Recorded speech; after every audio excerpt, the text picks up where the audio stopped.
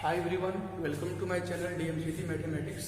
आज हम लोग इस वीडियो लेक्चर में एक टॉपिक कवर करेंगे 3D का, जो कि दो रेखाओं के बीच का कोण है। दैट मीन्स हम दो लाइन के बीच के एंगल को फाइंड आउट करेंगे। तो हम यहाँ से क्या करते हैं, पॉइंट ए और ओ से गुजरते हुए एक लाइन को हमने क्या मान लिया, लाइन 1, और जो लाइन 2 है वो क्या है, OB है। तो यदि इस दोनों के बीच हमको एंगल फाइंड आउट करना है, दैट मीन्स इस थीटा का मान निकालना है, तो कहीं ना कहीं लाइन एक दूसरे को कट कर रहा होगा।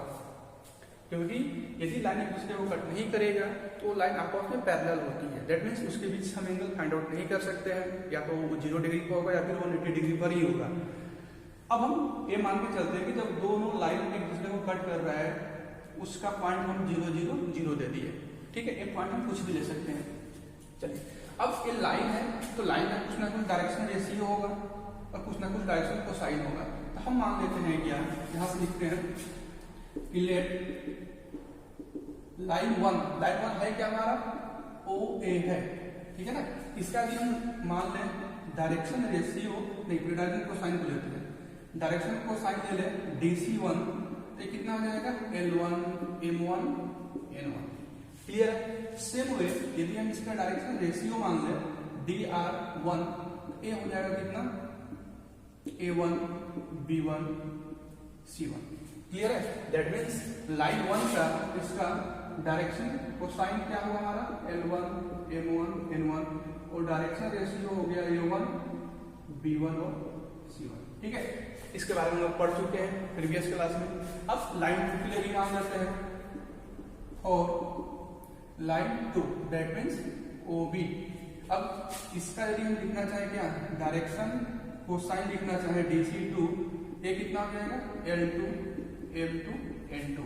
ठीक है, और डायरेक्शन रेशियो 2 लिखना चाहे हम, ये कितना हो जाएगा, A2 B2 C2। इसमें कंफ्यूजन नहीं होनी चाहिए, ये सब क्वेश्चन में दिया रहेगा। हमें मान के चल रहे हैं कि यदि ये लाइन है तो इसका कुछ ना कुछ डायरेक्शन रेशियो होगा, कुछ ना कुछ डायरेक्शन कोसाइन होगा।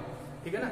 चलिए, अब यहां से हम एक रिलेशन को फाइंड आउट कर सकते हैं कि डायरेक्शन रेशियो से डायरेक्शन कोसाइन में कैसे जाते हैं। इसका फॉर्मूला हम इससे पहले वाले क्लास में देख चुके हैं। तो अब हम यहाँ पर क्या करते हैं, एंगल निकालते हैं कि दोनों के बीच का एंगल कितना होगा। तो ये जो एंगल होता है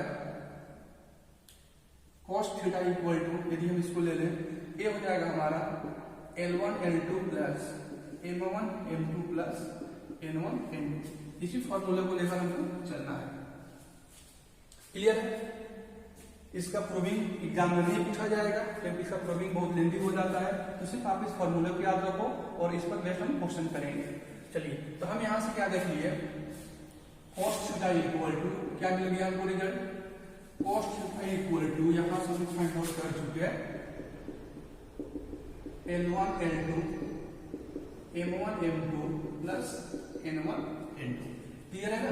तो एक तो वो डायरेक्शन कोसाइन के फॉर्म में, यदि डायरेक्शन कोसाइन दिया रहेगा तो हम ये वाला फॉर्मूला यूज कर लेंगे। ठीक है, ये वाला फॉर्मूला यूज कर लेंगे जब डायरेक्शन कोसाइन दिया रहेगा। लेकिन ये जरूरी तो नहीं है कि डायरेक्शन कोसाइन ही दिया रहे, हो सकता है क्वेश्चन में डायरेक्शन रेशियो दिया रहे, तो उस समय हम क्या करेंगे, तो हमको ये रिलेशन पता है कि डायरेक्शन रेशियो डायरेक्शन कोसाइन में क्या रिलेशन होता है। जैसे हम यहाँ पर इसका मान लिखना चाहें, इसको हम अभी रफ कर दे रहे हैं।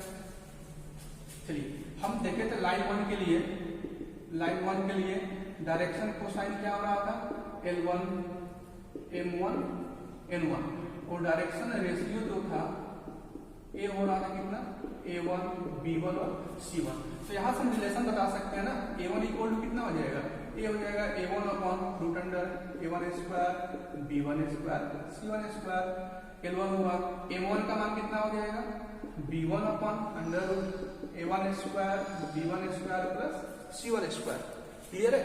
और यहाँ पर N1 का मान बोल सकते हैं, कितना हो जाएगा, C1 अपॉन अंडर रूट में A1 square B1 square plus C1 square.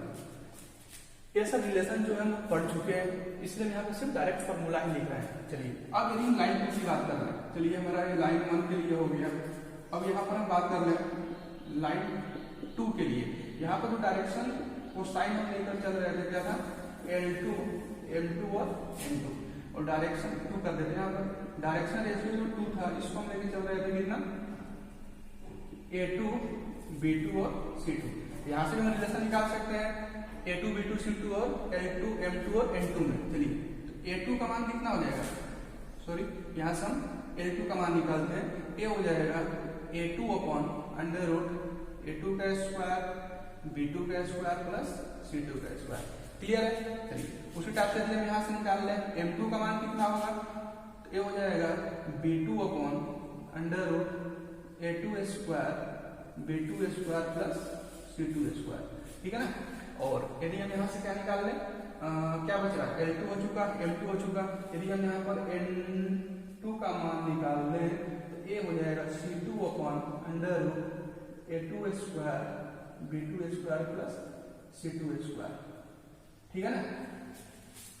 एक शॉर्ट रिवीजन हो गया हमारा जो पहले क्लास में पढ़े हुए थे। अब हम क्या करेंगे, यही L1 M1 N1 और L2 M2 और N2 का मान यहाँ पर पुट कर लेंगे।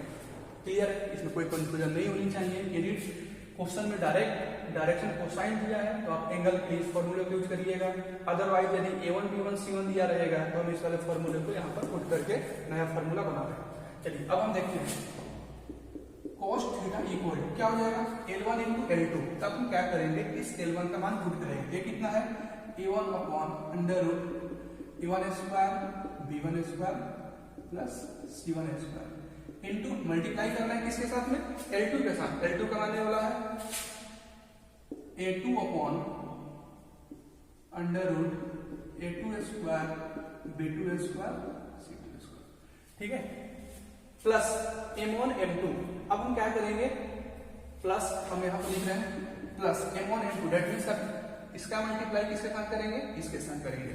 तो अब हम डायरेक्ट कर दे रहे हैं, जब दोनों का मल्टीप्लाई हो जाएगा तो ऊपर देखिए यहाँ पर B1 है, यहाँ पर क्या है B2 है। तो हमको ऊपर में क्या मिलेगा B1 इंटू B2 अपॉन, अब देखिए इसके निचला पार्ट क्या है A1 square B1 square C1 square A1 square B1 square C1 square into, अब M2 के यहाँ पर अपॉन में क्या है, ये है A2 का स्क्वायर B2 का स्क्वायर और C2 का स्क्वायर। क्लियर है? प्लस अब हमको लेना क्या है N1 इंटू N2। तो अब हम क्या मल्टीप्लाई करेंगे, N1 का मान दिया हुआ है और N2 का मान दिया हुआ है, इसको आप मल्टीप्लाई करिए तो हमको ऊपर में क्या मिलेगा C1 इंटू C2। ठीक है, तो ये हो जाएगा C1 into C2 upon under root A1 square B1 square plus C1 square और ये हो जाएगा A2 square B2 square plus C2 square. Clear है?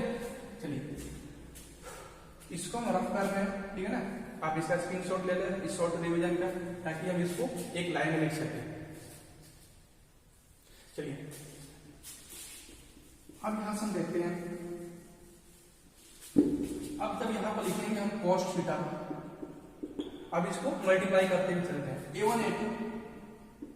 A1 A2 upon under root, अच्छा यहाँ पर एक स्टेप लिख लेते हैं पहले A1 square B1 square C1 square under root A2 square B2 square C2 square plus अब B1 B2 वाला है B1 B2 upon under root A1 square B1 square C1 square under root A2 square, ये है B2 square और C2 square plus अब C1 C2 हो जाएगा जो मल्टीप्लाई किए हुए C1 C2 upon under root A1 square B1 square C1 square और यहाँ से एक पार्ट हो जाएगा A2 square B2 square C2 का स्क्वायर। ठीक है ना। चलिए तो अब हम देख रहे हैं कि अपॉन में क्या है, सब में सेम है, तो इसको हम कॉमन भी कर सकते हैं। तो ये हो जाएगा cos थीटा इक्वल टू, इसको कॉमन कर लें तो ये कितना हो जाएगा, ऊपर में हमको क्या मिलेगा A1 A2 प्लस यहाँ से मिल जाएगा B1 B2 और यहाँ से मिल जाएगा C1 C2। अपॉन में क्या है, अब सबके बदले हम सिर्फ एक ही बार लिख सकते हैं क्योंकि ये सब में इक्वल ही है ये वाला पार्ट। ये हो जाएगा upon A1 square B1 square C1 square और A2 square B2 square plus C2 का स्क्वायर। ये हुआ हमारा दूसरा फॉर्मूला। क्लियर है? cos थीटा इक्वल टू, समझ में आ रहा है? इस फॉर्मूले को हम यूज कब करेंगे, जब डायरेक्शन कोसाइन दिया रहेगा। दैट मींस इसको हम बोल सकते हैं, इसको क्या बोला जा सकता है ये है हमारा डायरेक्शन कोसाइन, ये है angle between lines in the form of direction cosine. That means जब डायरेक्शन कोसाइन दिया रहेगा तब हम इस फॉर्मूले को यूज करेंगे। इस फॉर्मूले को कब यूज करेंगे? डायरेक्शन रेशियो जब दिया रहेगा, angle between lines in the form of direction ratio. Clear है? कोई दिक्कत नहीं है। ये फॉर्मूला याद होना चाहिए क्योंकि यहां से क्वेश्चन फिक्स एग्जाम में आना है। तो आप इसका स्क्रीनशॉट ले लो, फिर आगे देखते हैं। अब हम नेक्स्ट देखते हैं। इस फॉर्मूले को भी हम जस्ट पढ़ चुके हैं। cos θ equal to a1 a2 b1 b2 c1 c2 इस फॉर्मेट में। दैट मींस जब डायरेक्शन रेशियो दिया रहेगा, अब ये क्या है? डायरेक्शन कोसाइन के फॉर्म में।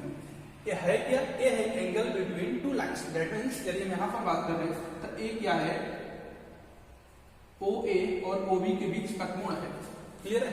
अब यदि हम यहां पर केस 1 लेकर चले, जब OA परपेंडिकुलर हो किस पर? OB पर। दैट मींस अब एंगल कितना हो जाए? 90 डिग्री। इस समय क्या होगा? जो थीटा का मान है कितना हो जाएगा? 90 डिग्री। चलिए हम पुट करते हैं, किसी एक में पुट कर लेते हैं, इसमें पहले पुट करते हैं। तो यहां से हो जाएगा cos 90 और cos 90 का मान कितना होता है? 0 इक्वल, ये वाला फॉर्मूला हो जाएगा L1 L2 M1 M2 plus N1 N2। Clear है? दैट मींस यहां से हमको कंडीशन क्या मिल गया? L1 L2 plus M1 M2 plus N1 N2 का जो मान होगा 0 होगा। ठीक है? अब यहां पर यदि हम cos थीटा का मान 90 पुट करेंगे तो ये भी क्या हो जाएगा? 0 और 0 इंटू a अपॉन का जो पार्ट इधर मल्टीप्लाई होगा तो भी क्या हो जाएगा? 0। दैट मींस या तो ए कंडीशन फुलफिल होगा या तो फिर a1 a2 b1 b2 c1 c2 equal to 0। Clear है? यदि क्वेश्चन में डायरेक्शन रेशियो दिया रहेगा और ये पूछेगा कि आप ये बताइए कि ये दोनों लाइन परपेंडिकुलर है कि नहीं है, तो हम इस कंडीशन को यूज करेंगे, अदरवाइज इसको यूज करेंगे। क्लियर है? ये क्या हुआ? ये हुआ कंडीशन। किसका कंडीशन? जब लाइन क्या हो? परपेंडिकुलर हो। दैट मींस ये हुआ condition for both line are perpendicular. Clear है? यानी जब दो लाइन परपेंडिकुलर होगा तो उस समय कंडीशन पूछ सकता है कि किसी एक का मान पूछ लेगा कि उसमें M2 का मान क्या होगा या फिर V1 का मान क्या होगा। अदरवाइज जब सब कुछ दिया रहेगा फिर प्रूफ करने के लिए देगा कि आप एक प्रूफ करो कि दोनों के बीच का जो एंगल हो 90 डिग्री है। ठीक है? तो इसका स्क्रीनशॉट ले लो, फिर आगे देखते हैं। चलिए, ये तो हमारा केस 1 हुआ। अब यदि केस 2 को लेकर हम चले, केस 2 जब when AB पैरेलल, AB नहीं OA जो है वो पैरेलल हो जाए किसके? OB के। दैट मीन्स दोनों लाइन क्या हो जाए? समांतर हो जाए। यहां से उस समय कंडीशन क्या होगा? L1 upon L2 equal M1 upon M2 equal N1 upon N2 होगा। या तो फिर A1 A2 का फॉर्म में A1 by A2 equal B1 by B2 equal C1 by C2 होगा। ठीक है? इस दोनों में से कोई भी फॉर्मूला यूज कर सकते हैं। ये किसका कंडीशन हुआ? When both lines are parallel to each other। चलिए अब आगे देखते हैं हम डायरेक्शन रेशियो ऑफ लाइन। ये हम पढ़ चुके हैं पहले इसके बारे में, लेकिन हम यहाँ पर देखते हैं कि यदि किसी भी लाइन का 2 पॉइंट दिया रहे, ठीक है, कोई भी 2 पॉइंट दिया रहे तो उसका हम डायरेक्शन रेशियो कैसे निकालेंगे? क्योंकि इस वाले मेथड का क्वेश्चन में डायरेक्ट यूज होगा। तो हम यहाँ पर मान लेते हैं कि कोई एक लाइन है हमारा AB, ठीक है, जिसका कोऑर्डिनेट दिया हुआ है x, A का जो कोऑर्डिनेट है x1 y1 z1 हमने मान लिया, और B का कोऑर्डिनेट ले लेते हैं x2 y2 और z2 ले लिए। ठीक है? अब यदि हमसे बोला जाए कि डायरेक्शन रेशियो लिखना है, direction ratio, that means D R हमको लिखना होगा किसका, ए बी का। तब कैसे हम यहाँ पर लिखेंगे, ठीक है। तो सिंपल सा यहाँ पर यदि हमको लिखना हुआ D R A B, that means direction ratio A B का, इसमें क्या होगा, ए से हम बी जाते हैं, बस पॉइंट को आप माइनस कर दो, ये हो जाएगा x2 माइनस x1 फिर y2 माइनस y1 और z2 माइनस z1, ठीक है ना। इतना हो जाएगा, ये हमारा हुआ क्या, डायरेक्शन रेशियो। ये हमारा फॉर्मूला बन गया। जब भी लाइन का दो पॉइंट दिया रहे, वो भले ही एंड पॉइंट हो सकता है, अब उसका लिए हमको डायरेक्शन रेशियो निकालना होगा, तो क्या करेंगे, ए बी का डायरेक्शन रेशियो निकालना है, दैट मीन्स हम बी वाले कोऑर्डिनेट को माइनस करेंगे ए से। क्लियर है। अब यही दिया होता कि बी ए का डायरेक्शन रेशियो बताओ, तो उसमें क्या करते हैं, हम ए वाले कोऑर्डिनेट से माइनस करते बी को। क्लियर है। चलिए, इसका डिस्टेंस कितना होता है, यदि हम यहाँ पर ए बी का डिस्टेंस निकालना चाहें, ए बी इक्वल कितना हो जाएगा, ये तो हमको पता होना चाहिए। कोऑर्डिनेट के डिफरेंस का क्या होता है, स्क्वायर होता है, that means x2 minus x1 का स्क्वायर होगा, फिर y2 माइनस y1 का स्क्वायर होगा, प्लस z2 माइनस z1 का स्क्वायर होगा, ठीक है। ये क्या हुआ, distance A B distance. Clear है, ये सब पता ही होगा। अब हम देखते हैं कि डायरेक्शन रेशियो तो हम निकाल लिए, कैसे निकाले, कोऑर्डिनेट को माइनस कर लिया हम, एक्स वाई जेड कोऑर्डिनेट जो है दोनों एंड पॉइंट को माइनस कर दिए। अब सपोज हमें इसका डायरेक्शन कोसाइन निकालना होगा, तो क्या करेंगे, अब हम यहाँ पर देखते हैं DC A B, that means direction cosine किसका, ए बी का। उस समय हम क्या करेंगे, x2 माइनस x1 अपन में क्या कर लेंगे, यहाँ पर ए बी को ले लेंगे। चलिए, यहाँ पर हम जो डिस्टेंस है इसको हम मोड से लिखा करें, मोड ए बी, ताकि कंफ्यूजन ना हो। तो क्या करना है, x2 माइनस x1 तो रहेगा ही रहेगा, इसमें मोड ए बी से डिवाइड कर देना है। Next y2 minus y1 mod A B, that means उसका डिस्टेंस ले लेना है, और z2 माइनस z1 अपॉन में मोड ए बी। क्लियर है। तो ये हुआ हमारा डायरेक्शन कोसाइन। आप इस दोनों फॉर्मूले को लिख लो पहले, क्योंकि इस पर अगर जस्ट क्वेश्चन करेंगे। फिर से समझते हैं इसको, डायरेक्शन रेशियो जब लिखना होगा तो क्या करेंगे, कोऑर्डिनेट को डिफरेंस कर लेंगे, ठीक है। अब जब डायरेक्शन कोसाइन लिखना होगा तो कोऑर्डिनेट को डिफरेंस तो किया है यहाँ पर, उसमें क्या करेंगे, उसके डिस्टेंस से डिवाइड कर देंगे, तो वहां से हमको मिल जाएगा क्या, डायरेक्शन कोसाइन मिल जाएगा, ठीक है। इसके बाद हम अभी जस्ट क्वेश्चन देखते हैं, पहले आप इसका स्क्रीनशॉट ले लो। चलिए, अब एक क्वेश्चन ले लेते हैं हम। दिया हुआ है बिंदुओं 7, 1, 2 तथा 1, -1, 5 को मिलाने वाली रेखा का डायरेक्शन रेशियो तथा डायरेक्शन कोसाइन ज्ञात करें, ठीक है। That means we have to find direction ratio and direction cosine of line having point 7, 1, 2 and 1, -1, 5। Clear. तो यहां से हम इसको पहले डायग्राम बना लेते हैं। जैसे कोई हमारा एक लाइन हो गया, ठीक है, इसका एक पॉइंट दे रहा है कितना, 7, 1, 2, और दूसरा पॉइंट दे रहा है कितना, दूसरा जो पॉइंट है ये दे रहा है 1, -1 और 5। चलिए इसका नाम दे देते हैं, ए हुआ, और इसको हम बी दे दिए। तो हमें क्या करना है, इसका डायरेक्शन रेशियो फाइंड आउट करना है, डायरेक्शन कोसाइन फाइंड आउट करना है। तो अभी जस्ट हम पढ़ चुके हैं कि कैसे हम फाइंड आउट करते हैं। यदि यहाँ पर डायरेक्शन रेशियो की बात करें, डायरेक्शन रेशियो दैट मीन्स यदि हम डी आर इस ए बी का फाइंड आउट करें तो क्या होगा, अभी हम बता चुके हैं, हमको ए बी का फाइंड आउट करना है, दैट मीन्स कोऑर्डिनेट को सिर्फ माइनस कर लेना है। ए कितना हो जाएगा, ए बी, दैट मीन्स हम ए से बी की तरफ चल रहे हैं, तो बी वाले कोऑर्डिनेट से माइनस होगा ए का कोऑर्डिनेट, दैट मीन्स 1 - 7, 1 - 7 कॉमा में चलना है यहाँ से, -1 -1 -1 -1 और 5 -2 5 -2। क्लियर है। ये कितना हो जाएगा, डी आर जो ए बी है, 1 - 7 कितना हुआ, -6, ये कितना हो जाएगा, -2, और ये हो जाएगा 3। क्लियर है। तो ये हमारा क्या हुआ, डायरेक्शन रेशियो होगा। इसी को हम लोग A1 B1 C1 बोलते हैं ना, ए हुआ A1, ए हुआ B1 और ए हुआ C1। क्लियर है। चलिए, अब हमको क्या करना है, हमें इसका डायरेक्शन कोसाइन भी फाइंड आउट करना है। तो हम पहले इसका लेंथ निकाल लेते हैं, that means mod A B find out करते हैं। ये कितना हो जाएगा, कोऑर्डिनेट के डिफरेंस का स्क्वायर करेंगे 1 माइनस 7 का स्क्वायर, क्लियर है। इसके बाद में -1 का स्क्वायर प्लस में -1 का स्क्वायर प्लस 5 - 2 का स्क्वायर, 5 माइनस 2 का स्क्वायर कितना हो जाएगा, ये 1 - 7 दैट मीन्स -6 का स्क्वायर प्लस -1 हो जाएगा -2 का स्क्वायर, और यहाँ से कितना मिल जाएगा हमको 3 का स्क्वायर। दैट मीन्स जो हमारा मोड ए बी है वो हो गया कितना, मोड ए बी। 6 का स्क्वायर कितना हो जाएगा, -6 का स्क्वायर 36 ही होगा क्योंकि स्क्वायर कभी माइनस में होता नहीं है, प्लस -2 का स्क्वायर 4 और 3 का स्क्वायर कितना 9। जब हम इसको ऐड करेंगे तो हमको मिलेगा कितना 49। दैट मीन्स जो मोड ए बी है इसका मान जो है कितना आ गया 7। क्लियर है।